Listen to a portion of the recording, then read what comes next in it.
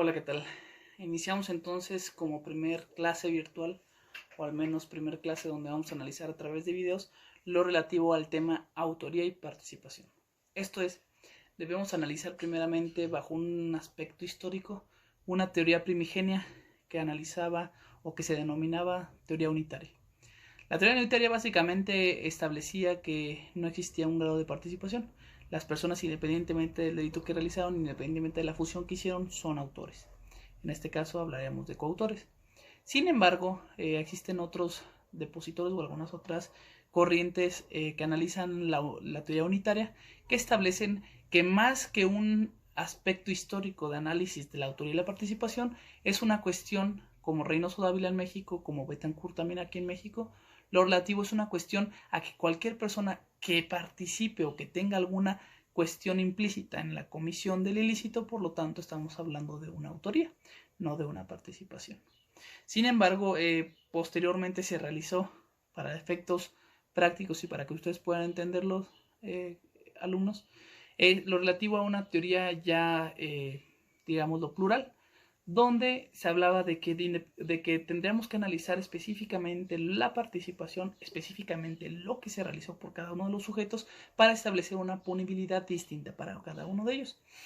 A esto se denominó entonces lo que es la autoría y a su vez la participación.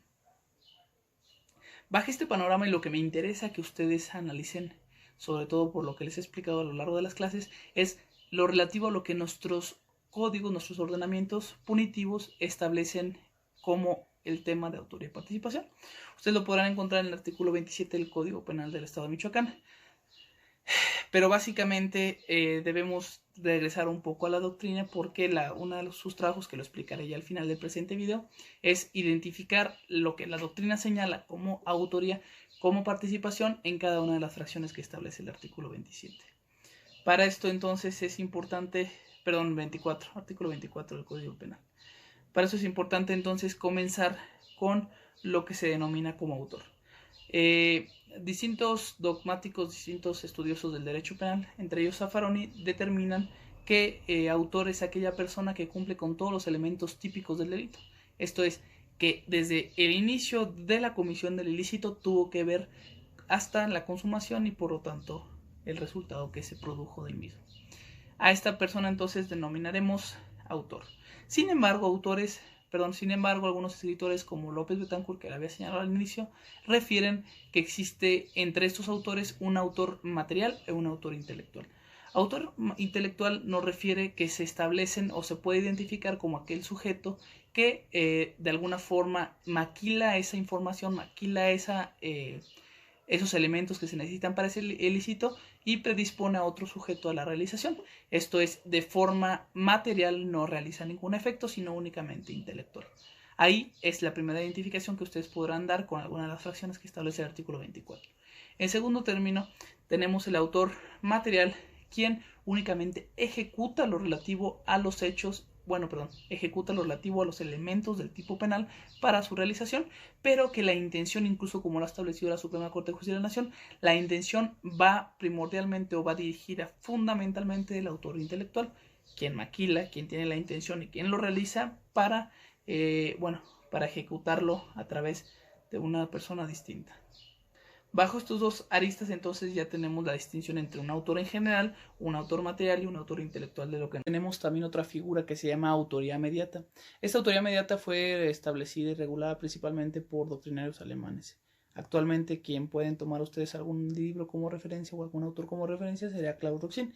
Básicamente esta teoría o esta doctrina relativa a la autoría señala que se necesita el dominio del hecho, esto es que la persona que lleva a cabo la realización sea a través de otra persona, quien lleva plenamente el conocimiento de lo que repercusiones o de lo que se va a realizar, pues obviamente es el autor mediato.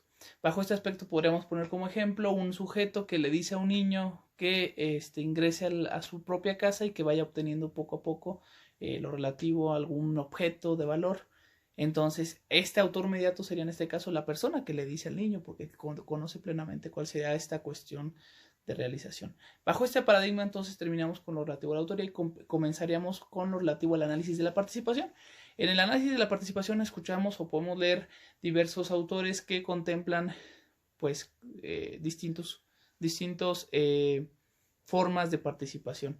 Una de ellas es lo relativo al cómplice, que se establece como una persona quien presta ayuda moralmente o físicamente. Esto es, moralmente será a través de consejos, físicamente será a través de la ejecución de con el auxilio incluso de aporte de material. Esto es, el cómplice sería una persona que realiza el acto de igual forma, pero a través del apoyo físico o apoyo moral. Tenemos otra característica u otra definición relativa a la participación, que es el encubrimiento.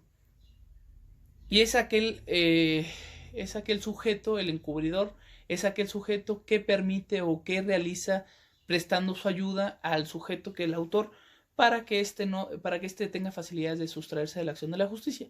Esto es, quien auxilia de forma de encubrir, esto es de la forma de protección, digámoslo así, para que el sujeto que es el autor o el que realizó el hecho delictivo, pueda sustraerse de la acción de la justicia. Otro término relativo a la muchedumbre, este adjetivo o esta calificación, este grado de participación, mejor dicho, relativo a la muchedumbre, es muy utilizada sobre todo por los doctrinarios mexicanos, más que nada relativos a, digámoslo así, de la corriente anterior, no de la corriente actual, porque en la corriente actual ya toman más el análisis más a fondo sobre otras cuestiones. Bueno, también tenemos entonces lo relativo a la delincuencia organizada. Ustedes lo podrán vislumbrar en el párrafo 10º del artículo 16 constitucional, que nos establece, cito textualmente, que delincuencia organizada se entiende como una organización de hecho, esto es, una organización que tienen un fin en común de cometer hechos delictivos, compuesto por 3 o más personas, para cometer delitos que sean de forma permanente o reiterada y que buscan entonces una unión, digámoslo, una agrupación de forma, digámoslo, también subordinada para cometer los delitos. Y por último, lo relativo al instigador. Este instigador que se establece, digámoslo así, como la autoridad inmediata, pero en este aspecto concreto es un sujeto que será el instigador y que a través del inducido, esto es, a través de otra persona, se le indica para que cometa el delito. Aquí quien tiene el dominio del hecho y quien es consciente de lo que va a realizar es el inducido, para poder distinguir con la autoridad inmediata. Mientras allá el que tenía el dominio del hecho y el que sabía lo que estaba haciendo, como el que ordenaba al menor que realizara el robo, pues en este caso será el inducido, la persona a quien se le instiga primeramente que cometa el delito, el que va a tener el pleno dominio del hecho. Bajo este aspecto, entonces, finalizamos con este primer tema y el trabajo que les dejaré será el siguiente. Tendrán que analizar en el Código Penal Michoacán primeramente cuál es el artículo que contempla lo relativo a la autoría de participación y posteriormente identificar, de acuerdo a lo que les acabo de explicar, bajo qué fracciones se establecería cada uno de los denominaciones que le da la doctrina en el Código Penal. Esto es, recuerden, en una hoja van a poner ustedes qué artículo del Código Penal, van a analizar cada una de las fracciones y cuando establezcan cada una de las fracciones, mientras van señalando fracción tal que establece esta forma de participación, por ejemplo, y a su vez pondrán un ejemplo de cada uno de ellos. Les digo que no sea mayor una hoja, mayor una cuartilla, y recuerden que me lo van a entregar todo en conjunto. No quiero que me entreguen actualmente. Cuídense mucho y sigan trabajando para acabar.